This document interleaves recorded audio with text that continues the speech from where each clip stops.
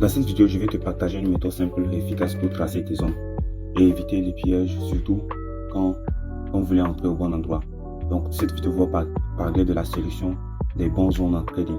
Et nous aurons plusieurs parties. Ça, ce n'est que la partie numéro 1. C'est quoi une zone d'entrée en trading? Une zone d'entrée, c'est une zone où on attend le prix pour acheter ou vendre. Donc, quand on parle de zone d'entrée en trading, c'est une zone où on attend le marché pour acheter ou pour vendre. Comment sélectionner une bonne zone d'entrée? Maîtriser la structure de 1. Donc, pour sélectionner les bonnes zones en trading, vous devez premièrement maîtriser la structure, connaître bien les zones de liquidité, avoir des temps précis pour entrer et enfin connaître quand le prix est cher ou pas cher. Nous verrons ces 4 principes en théorie et en pratique. Comme vous le savez, à chaque fois je fais le cours théorie et pratique en même temps. Par exemple, le premier cas, ici, concernant la structure. Ici, nous avons pris une illustration du marché qui évolue dans une tendance haussière. Et nous avons eu des cassures, bon, le marché qui casse de plus en plus de BOS. Et ici, ceux qui ne savent pas et ceux qui ne maîtrisent pas la structure vont placer des supplies comme ça, vont placer des zones de vente comme ça. Mais épargnez-moi tout ça. C'est de la liquidité. C'est parce que vous ne maîtrisez pas la structure. C'est pour ça que vous vous perdez en sélectionnant cette zone. C'est pour ça que vous vous perdez. Ok?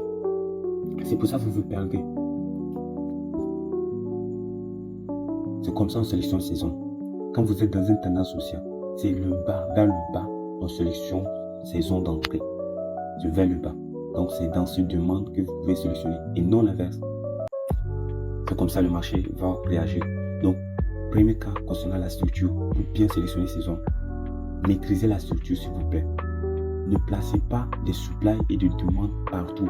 Quand vous êtes dans une tendance haussière, vous allez juste placer des zones d'achat, des demandes zones. Ne placez pas des supplies dans une tendance haussière. Vous allez toujours vous faire trap.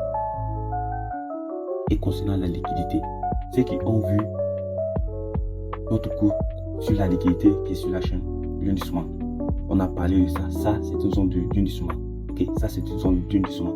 Si vous n'avez pas vu la vidéo qui parle des indissements, allez-y regarder et sur la chaîne. N'hésitez pas à vous abonner, ça fait vraiment plaisir, et liker. Si vous avez des nouveaux sujets de vidéos, mettez ça en commentaire. Même ça, c'est un membre de la communauté qui a suggéré de faire des vidéos concernant la sélection des zones. Donc, vous aussi, n'hésitez pas à me poser des questions et à demander des sujets de vidéos. On continue. Donc, comme on le disait ici, et nous savons que ici c'est une zone de liquidité. Donc, on ne doit pas placer une zone d'entrée ici, mais c'est plus bas, un peu plus bas. Donc, si vous voulez sélectionner vos zones, maîtrisez l'undissement. Ne sélectionnez pas des zones qui est dans une undissement. Ne sélectionnez pas vos zones qui est une undissement. Vous allez vous faire trap. Et c'est comme ça que le marché va réagir. Ok? Et cher ou pas cher. On a dit de connaître que le prix est cher ou pas cher. On parle de ça. Ici, on a pris un exemple d'un actif qui évolue de 10 $ à 100 $. Ok? Donc, quand le prix est cher, on n'achète pas. On attend que le prix devienne moins cher pour acheter. Ok? Ici, beaucoup de personnes vont placer une zone de demande ici. Ils vont dire que ça, c'est une demande. Ils vont acheter. Mais ils ne savent pas que c'est cher. À 50 $, c'est toujours cher. 40 $, c'est toujours cher. C'est toujours cher. C'est une zone de trap. On appelle ça trap parce que là, c'est toujours cher. Et si nous plaçons une outil qui nous montre premium discount, cela montre que vous êtes toujours cher. C'est quand c'est en haut, c'est cher. C'est en bas, moins cher. Et on achète moins cher pour vendre trop cher. Donc c'est comme ça marche quand on parle de cher ou pas cher. Et voilà, nous voilà arrivés à la fin de la théorie et nous irons en pratique sur les graphiques. Let's go. Ok, comme vous pouvez le voir, je suis sur le marché du gold. Nous allons voir nos premiers, la sélection des zones plutôt, concernant la liquidité. Comme je vous l'ai dit, premier cas, respecter la structure. Deuxièmement, maîtriser la liquidité.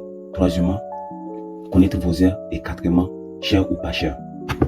Ok, ici j'ai un exemple concernant la liquidité. Pour ceux qui ont regardé ma vidéo concernant l'instrument, ici, on a notre cassure interne. Ok, on a une autre cassure interne. Et ce que j'ai expliqué dans la vidéo, j'ai dit que ça c'est un instrument. J'ai dit que ça, elle est toujours un instrument. Et le marché vient prendre l'instrument et réagit où? Dans cette zone du monde. Ok? Vous voyez? Ici, ceux qui avaient acheté, ou bien ceux qui avaient acheté ici, et tous ils se font trappe. Ils vont se faire trappe. Parce qu'ils n'ont pas regardé cette vidéo dont je parle. J'ai dit qu'il faut respecter la liquidité. Et quand vous respectez la liquidité, c'est pas facile.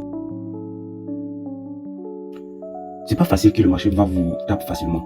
Ok, par exemple, moi, c'est pas facile. Regardez toutes ces positions. C'est grâce à quoi? À ma maîtrise de la liquidité. C'est ce qui m'a permis de prendre toutes ces positions. Et je peux vous les décortiquer de A à Z. Même cette paille qui est en cours, je l'ai pris. Je peux même vous montrer le setup d'avant et après. Ok? Je suis toujours sur le marché du gold. Ok? Voilà ma manière que j'ai fait pour procéder à cette entrée. 1. J'ai repéré l'instrument et j'ai placé ma zone du monde ici. J'ai attendu le marché dessus et je suis entré.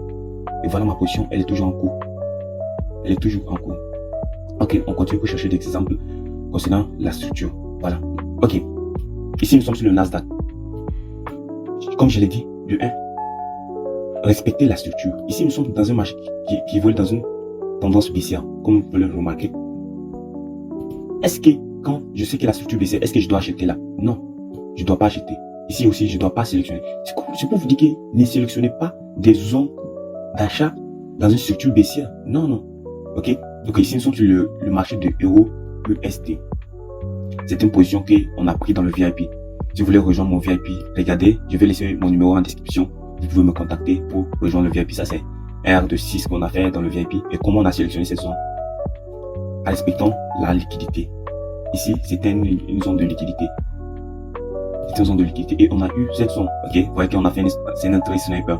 Mais on peut dire que c'est une entrée sniper dans une zone où on ne peut même pas comprendre pourquoi j'ai pris cette zone. Et dans les prochaines vidéos, je vous explique. Donc, je pense qu'on va s'arrêter là pour cette vidéo. C'était ce que je voulais vous dire aujourd'hui. Respectez la structure en sélectionnant vos zones. Respectez la liquidité et respectez